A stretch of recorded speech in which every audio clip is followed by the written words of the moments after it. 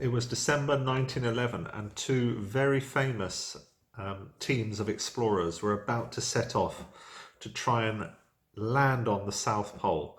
Um, and remember, this was December 1911 in the very early 20th century. Um, a very dangerous expedition, and you had two competing sets of teams setting off. One was led by a very famous Norwegian explorer called Roald Amundsen. Had a team of 19 people in his team, and a very experienced Norwegian explorer. Alongside him was his kind of competitor, a Brit named Robert Falcon Scott. Had a team of 65 people in his team, spent 7 times the amount of money than Roald Amundsen, had the latest equipment, including ponies, sledges of dogs, and also motorized equipment. Roald Amundsen just used dog sledges. Both set off in December 1911 to reach the South Pole. It was an 800-mile journey, and both had very competing strategies to get there.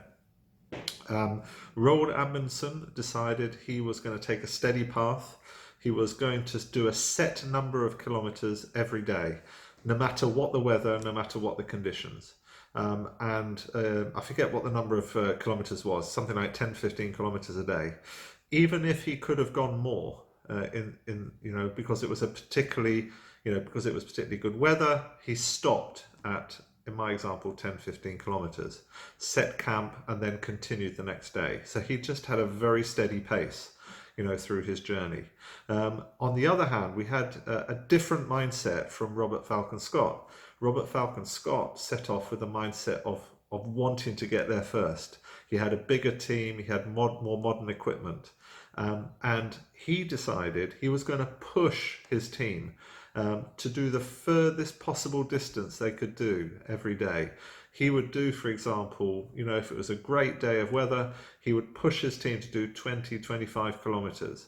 And if it was a particularly bad day, he would pull back a bit and only do 5 kilometers.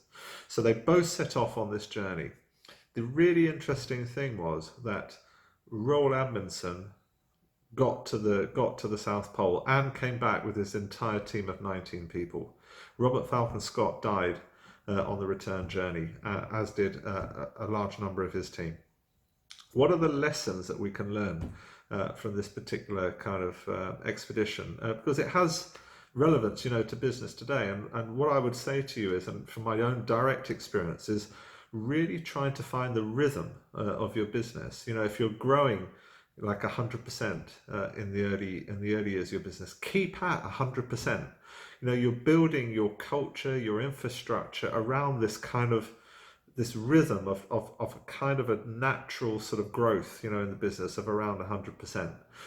It's very tempting sometimes with new investors when they come on board who want to push the business, and they may come in and say, actually, next year I want to grow like 200 or 300%.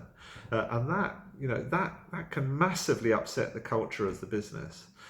It means different resources, it means different systems, it means a whole new team.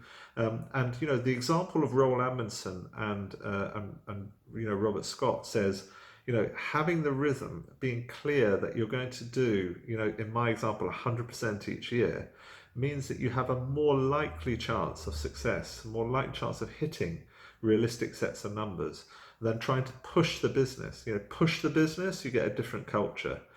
It puts a lot of stress on the business. And in my example, in this expedition, Robert Scott, he died on the return journey, because he pushed his team too hard. So I would say there's a lot of lessons to be learned in history that are relevant for us today, and perhaps relevant for you, in your discussions with either investors or planning. Try and keep things, at a steady pace. It has huge benefits, for the business as you grow. Hopefully a little lesson for everyone. Thanks very much.